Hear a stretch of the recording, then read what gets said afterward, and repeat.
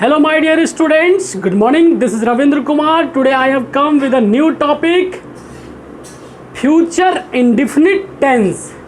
तो आप लोग सुने होंगे सिंपल फ्यूचर टेंस या फिर फ्यूचर इंडिफिनिट टेंस के नाम से। तो इसको कैसे समझें और हम लोग कैसे पता कर पाएँ कि ये फ्यूचर टेंस का सेंटेंस है और इसके बनाने का नियम क्या है, इसमें सेंटेंस किस तरह के बनते हैं। तो जैसे मैं बोल के बताता हूँ कि मैं पढ़ूँगा, वह खेलेगी, हम लोग खाना खाएंगे, तुम लोग कपड़ा धुलोगे, हम लोग बाज़ार जाएंगे, वे लोग कबड्डी खेलेंगे, तुम लोग क्रिकेट खेलोगे, हम लोग शहर जाएंगे, हम लोग शहर में रहेंगे, तुम लोग गांव में रहोगे।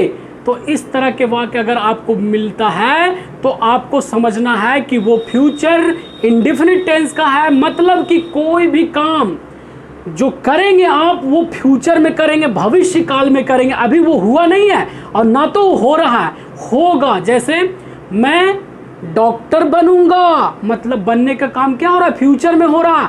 लेकिन यहाँ पे मैं डॉक्टर बनूंगा में यहाँ भी गागेगी आ रहा है, लास्ट में आ रहा है ना। लेकिन आपको जब बनूंगा, होगा, रहेगा तो आपको फिर क्या लगेगा, साथ में वी लगेगा। लेकिन हम लोग जो फ्यूचर इंडेफिनिट टेंस पढ़ रहे हैं उसमें पहचानने का नियम यह है कि जिस इंद्रिय क्रिया के अंत में, क्रिया के अंत में, वर्ब के अंत में गा, गे, गी लगा रहे तो समझना है कि ये फ्यूचर इंडेफिनिट टेंस की पहचान है। तो जैसे मैं बोलता हूं कि मैं डॉक्टर बनूंगा, तो इसमें क्रिया कहाँ दिख रहा है, क्रिया दिख रहा है क्या? तुम नेता होगे, इसमें क्रिया दिख रहा है क्या? नहीं दिख रहा है। तो अगर कहीं पे ऐसा रहता है तो साथ में शैल या विल के बाद आपको क्या लगाना है, वी लगाना। हम इसलिए इस बात का जिक्र कर रहे हैं कि अक्सर आप लोग कंफ्यूज हो जाते हैं और कहाँ पे वी लगना चाहिए, कहाँ पे वी नहीं लगना चाहिए, ये नहीं सोच पाते हैं। और आप अचानक से सोचते हैं कि ट्रांसलेशन बना दें और हिंदी वाक्य के अंत में अगर गागेगी है तो शैल विल सिर्फ लगेगा। तो आपको नहीं ध्यान देना है कि क्रिया के अंत में गागेगी होना चाहिए, क्रिया साथ में होना चाहिए, तभी वो सेंटेंस जो होगा वो फ्यूचर इंडेफिनिट टेंस के पहचान से होगा या बनाने का नियम से होगा। तो देखिए जैसे मैं बोर्ड पे बताता हूँ, ध्यान दीजिएगा। यहाँ पे देखिए future indefinite tense, future indefinite tense को आप सिंपल फ्यूचर टेंस के नाम से भी बोल सकते हैं। उसके बाद देखिए पहचान, आइडेंटिफिकेशन। जिस इंद्रिय क्रिया के अंत में, क्रिया के अंत में सिर्फ गागेगी, क्रिया के अंत में गा, गे, गी इत्यादि लगा रहे तो समझना है कि वो फ्यूचर इंडेफिनिट टेंस की पहचान है। जैसे खाऊंगा, पढ़ूंगा, रोऊंगा, जाओगे, खेलोगे, सोओगे। देख रहे हैं, क्रिया भी आ रहा है और लास्ट में गागेगी भी आ रहा है। मतलब कोई भी ऐसा काम जो भविष्य काल में होने वाला है, इन फ्यूचर होने वाला है। ठीक है। अब देखिए बनाने का नियम रूल, ध्यान दीजिएगा। यहाँ पे बनाने का नियम सब्जेक्ट प्लस शैल या विल दोनों में से कोई एक लगेगा। और हमने बेसिक वाले वीडियो जब बताया था use of shall and will, वहां पे हमने बताया था कि फर्स्ट पर्सन आई और वी के साथ आपको शैल लगाना है और बाकी के सभी के साथ आपको विल लगाना है।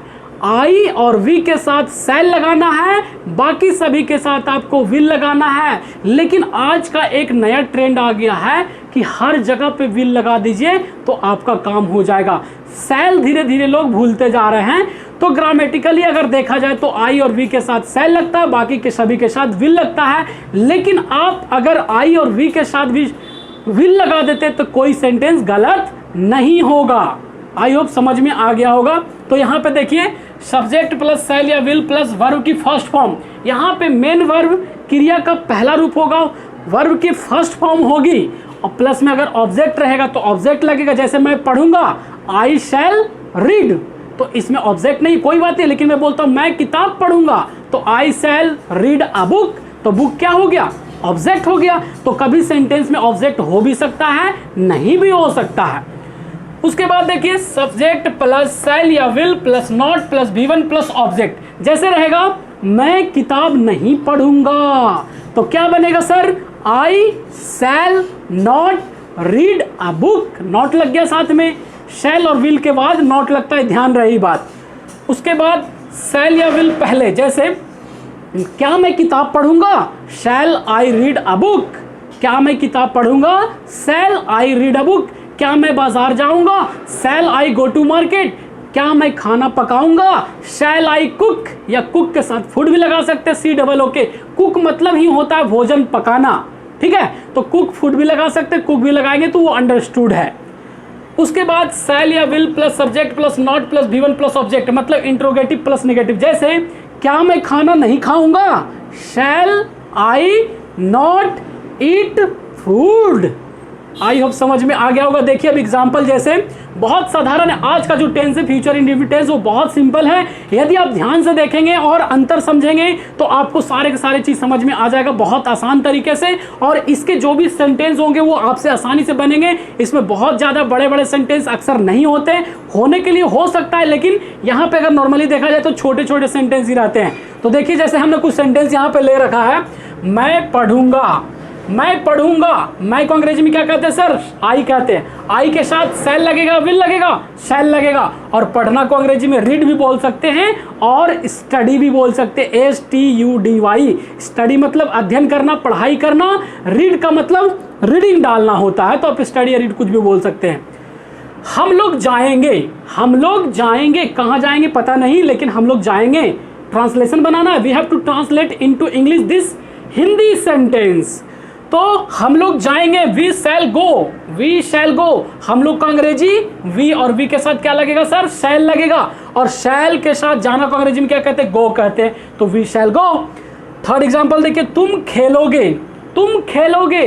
तुम का अंग्रेजी यू। देखिए तुम खेलोगे, यू विल प्ले। यू के साथ क्या लगेगा, विल लगेगा, ना कि शैल लगेगा, याद रहे आपको। 4 नंबर देखिए, मोहन खाना नहीं पकाएगा। अगर नेगेटिव वाक्य रहता है तो कैसे बनाए सर, नेगेटिव का मतलब क्या, जिस सेंटेंस में जिस वाक्य में नहीं लगा रहे वैसे वाक्य को, वैसे सेंटेंस को हम नेगेटिव सेंटेंस बोलते हैं। तो यहाँ पे क्या, मोहन खाना नहीं पकाएगा। तो मोहन कोई नाम है, तो मोहन के साथ विल लगेगा, Mohan will not cook. Cook के साथ चाहे तो फूड भी लगा सकते हैं यहाँ पे, नहीं तो ये कुक अंडरस्टूड है अपने आप में। कुछ लोग शॉर्टकट ऐसा भी बनाते हैं, विल नॉट को वॉन्ट बोलते हैं, विल नॉट को वॉन्ट। जैसे Mohan want cook, Mohan want cook, ठीक है। तो आप लोग अभी नया नया सीख रहे हैं तो विल नॉट ही बोले, ज्यादा बेटर रहेगा। जब आप अच्छा अंग्रेजी बोलने लगेंगे, जब आपको ग्रामर करके अच्छा नॉलेज हो जाएगा, तो आप विल नॉट को वॉन्ट बोल सकते हैं, शैल नॉट को शैंट बोल सकते हैं, वॉज नॉट को वॉजंट बोल सकते हैं। इस तरह से मैं बताऊंगा आपको इस वीडियो में, इसकी वीडियो में नहीं, आगे वाला वीडियो में। 5th नंबर, क्या वे सब बाजार जाएंगे, क्या वे सब बाजार जाएंगे, क्या वे सब बाजार जाएंगे। इंट्रोगेटिव वाक्य हो गया, तो क्या जब लग गया तो जो विल है वो पहले आ जाएगा। विल और वे सब को अंग्रेजी में क्या बोलते हैं सर, दोज बोलते हैं, THOSE, दोज।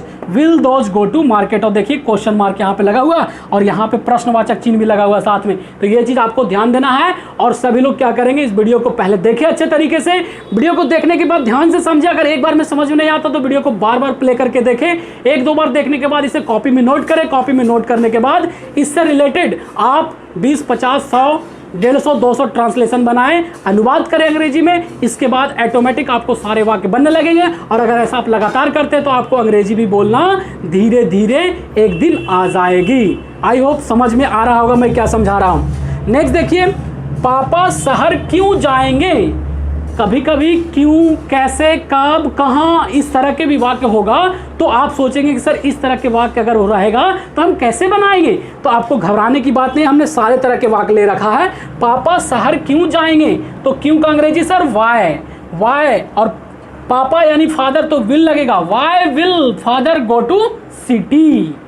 नेक्स्ट नंबर देखिए, वह क्रिकेट खेलेगी, वह क्रिकेट खेलेगी।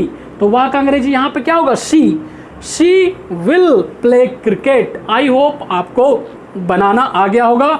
आज का जो सेंटेंस है वो सभी के लिए बहुत ही सरल है, आसान है, इजी है कह सकते हैं। और वीडियो अगर आपको पसंद आ रहा है तो वीडियो को जल्दी से लाइक करिए। आप लोग लाइक नहीं करते, यही गलती बात है।